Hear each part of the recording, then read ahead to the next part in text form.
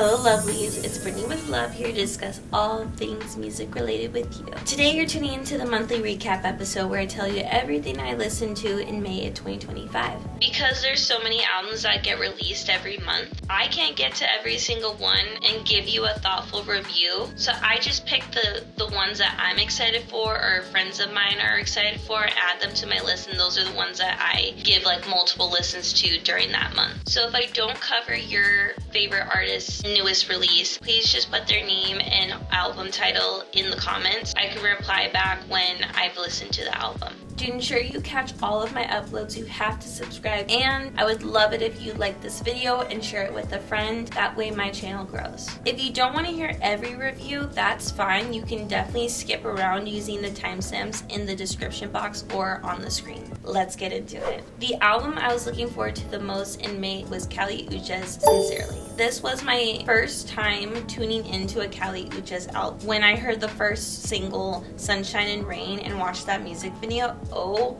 my god, I fell in love. I was like so excited for this album because I was like, I love this song. You're telling me that you're coming out with a new album and it's gonna sound just like this. I can honestly say it exceeded my expectations. And if you don't know, Kali's an R&B artist with like Colombian origin, known for her soft vocals and sultry lyrics. She continues that trend in this project, paired with like an old school sounding band from like the 50s, kind of giving like Motown a little bit. The overall message of the album was about how love heals. Kali speaks about her grief of losing her mother during this time after the birth of her first child, how a piece of her died the day she became a mother because she kind of lost a sense of herself, but it's through caring for that child and through her romantic relationship has found family and she's found a home. Favorite songs were All I Can Say,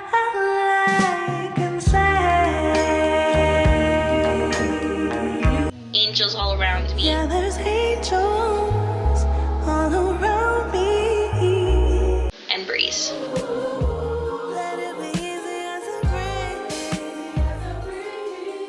Sailorr released her debut mixtape from Florida's Finest. If you liked that album and you liked the song Bitches Brew, I did do a reaction to that music video. I'll card that above. Sailorr is an R&B artist on the rise, and this mixtape just shows off her vocals, her funny one-liners, and catchy hooks. This mixtape is fun, vibey, and makes you want to sing along, feeling like a little baddie, to be honest. Sailorr switches effortlessly between being in her feels to talking her shit, all in the same song. And she gets real on the mixtape with songs like I Won't Shave My Legs For You, No More When She Dates a Guy Whose Bed Is on the Floor With No Bed Frame, and other lyrics like Couldn't Meet Your Mom Because I Wasn't Good Enough, when a guy she's seen won't introduce her to his mother after imagining this whole future with him. Favorite songs were Soft Girl Summer, it's a soft girl summer, yeah, the boys get dumber, and Will You Lie.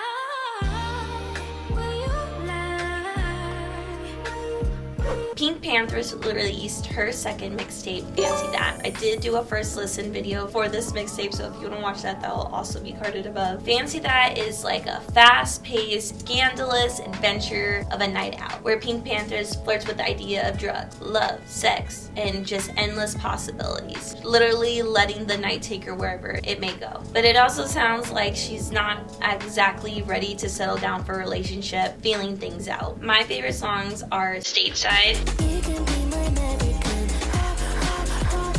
and Nice to Know You.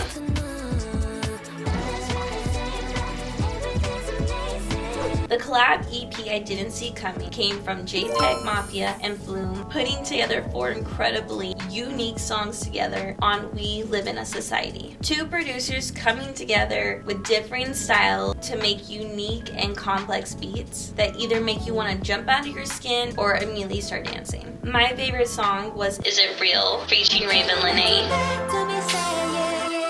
tell me, is it real? Easily easily my favorite. I'm also becoming a fan of Raven.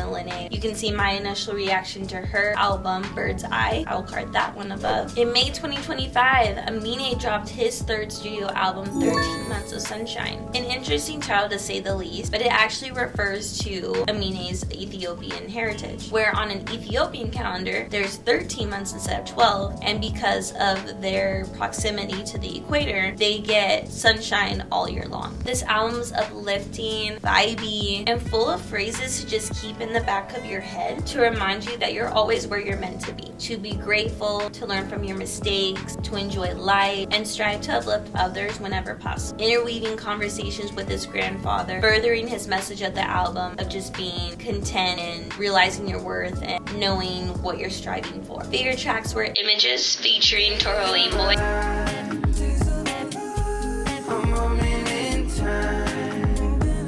and Doing the Best I Can.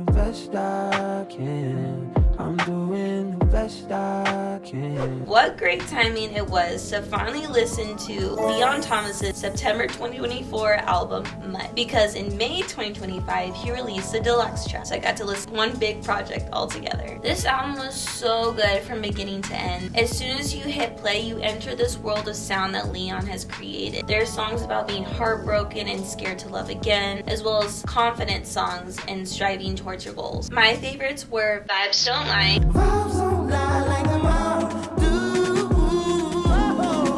and Farfetch featuring Ty Dolla $ign. She got dreams of love and marriage, but this Farfetch.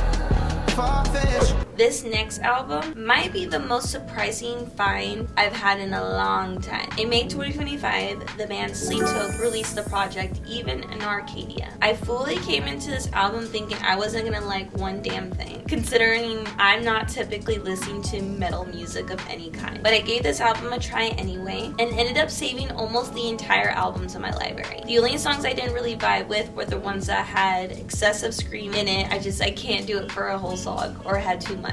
This album is considered alternative metal, and I think that's why I like it so much, because the tone of the vocals and the specific drum and guitar pattern were definitely based in metal music, yet the melodies were more inspired by trap and hip-hop, piano ballad, and punk music. My favorite songs are Caramel,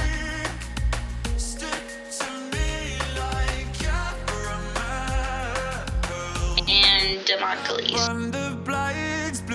Some days if only Damocles would hit me back. Joe Jonas released his first solo album in 13 years called Music for People Who Believe in Love. Very interesting title since he recently got divorced like 2 years ago from Sophie Turner. It doesn't sound like he's hurt on this album. It sounds like he maybe moved past this relationship and is ready to love again. It's easily a pop album. Half of it is like chill vibes and then the other half is very upbeat. I think the standout tracks were definitely the duets on this album. My favorites were What We Are featuring the Brazilian music artist Luisa Sonza.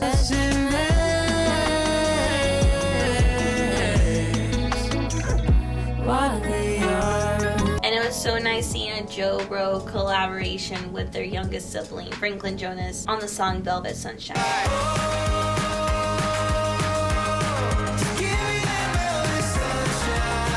I asked you guys if I should be tuning into the new Skrillex album. Fuck you, Skrillex. You think you're Andy Warhol, but you're not. And it was a unanimous yes, of course you should. So honestly, I didn't know what I was getting into. Turns out it's like a huge playlist of all these like unique beats, but like little to no lyric. I honestly was surprised when I hear a verse here and there. It's definitely made for like a gym workout. Like I felt powerful listening to these songs for sure. My favorites were Andy with DJ Smokey,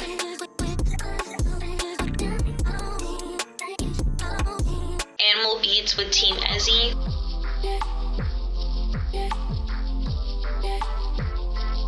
and Merchie Test with Virtual Riot and Nikisha.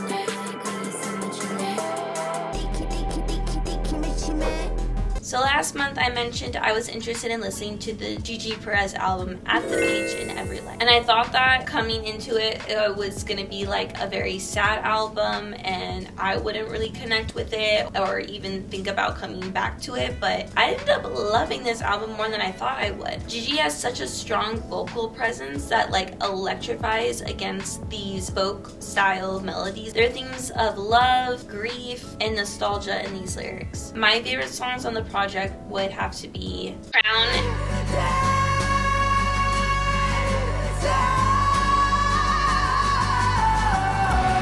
and Survivor's Guilt.